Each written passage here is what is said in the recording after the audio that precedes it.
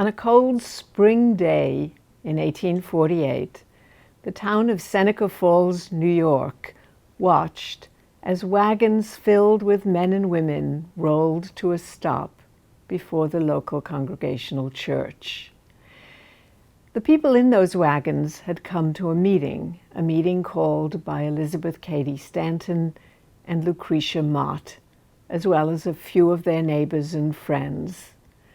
Some 300 women and men traveled long distances to attend. Before they left, 100 of them, 68 women and 32 men, would sign what became known as the Declaration of Sentiments. This astonishing moment for women grew directly out of the abolitionist movement. Elizabeth Cady Stanton and Lucretia Mott met each other in London at an anti-slavery convention, where both were horrified because women were consigned to separate seats in the balcony. Stanton and Mott agreed then and there to call a convention in which women's rights and women's freedoms would be discussed. It took them another 7 years to fulfill their promise. But when they at last had a date, they distributed flyers, wrote to friends and acquaintances, and knocked on doors to get the word out.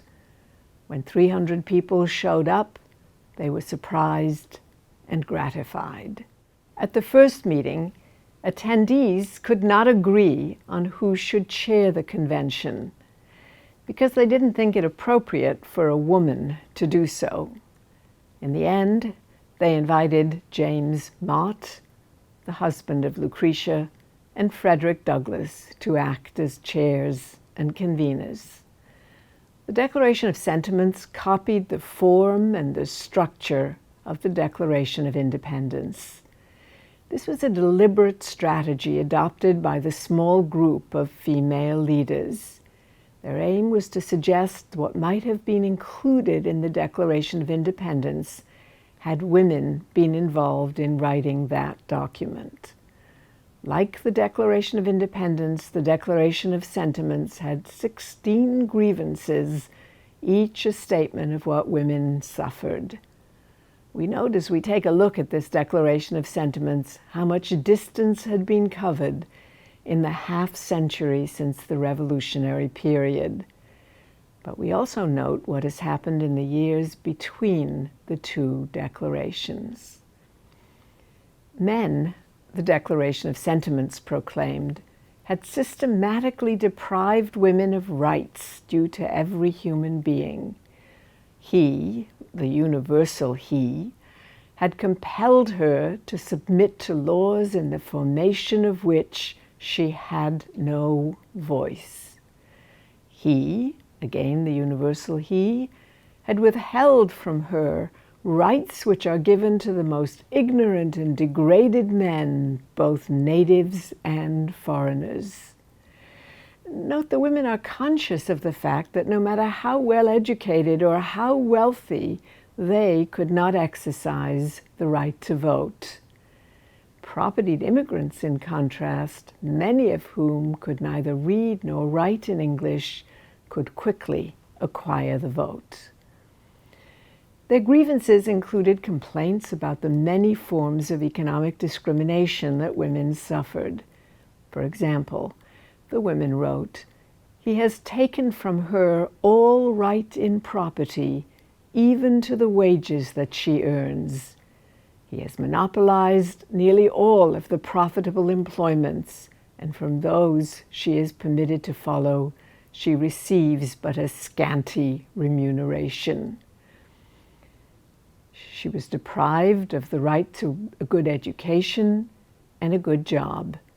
As one grievance noted, he closes against her all the avenues of wealth and distinction which he considers most honorable to himself. As a teacher of theology, medicine, or law, she is not known.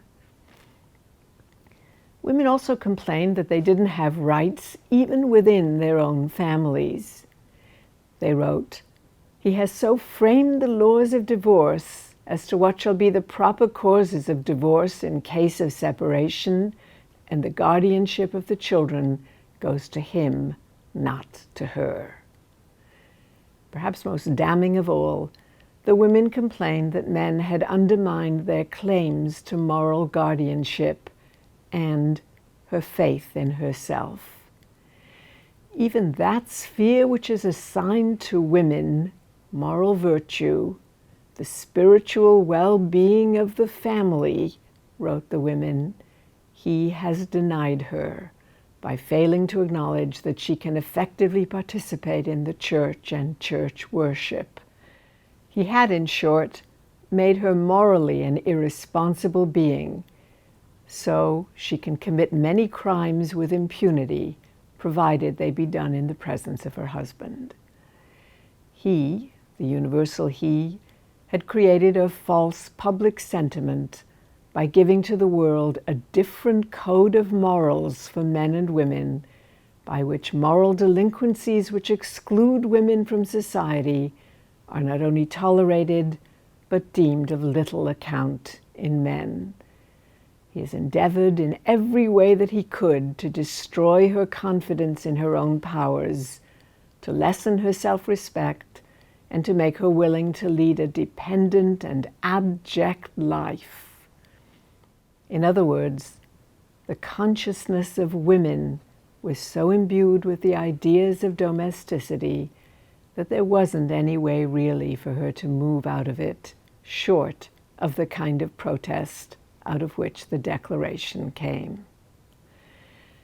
The very first grievance, and the one that most of us ultimately remember, stimulated an active women's movement.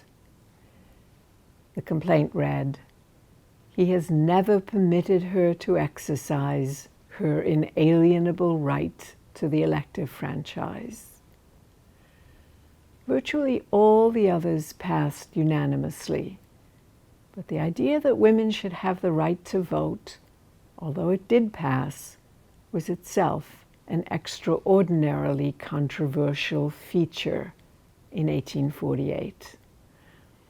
Signatories to the Declaration of Sentiments came from a variety of walks of life. Many of them had been people involved in the abolitionist movement, and not a few of them were women who had either become widows or evaded the constraints of coverture in one way or the other. But note, the emphasis within the Declaration of Sentiments was not on equality for women, but on enabling women to exercise the kinds of rights that would enable them to contribute to their families and become independent actors and recognized voices. Women wanted what we would now call human rights.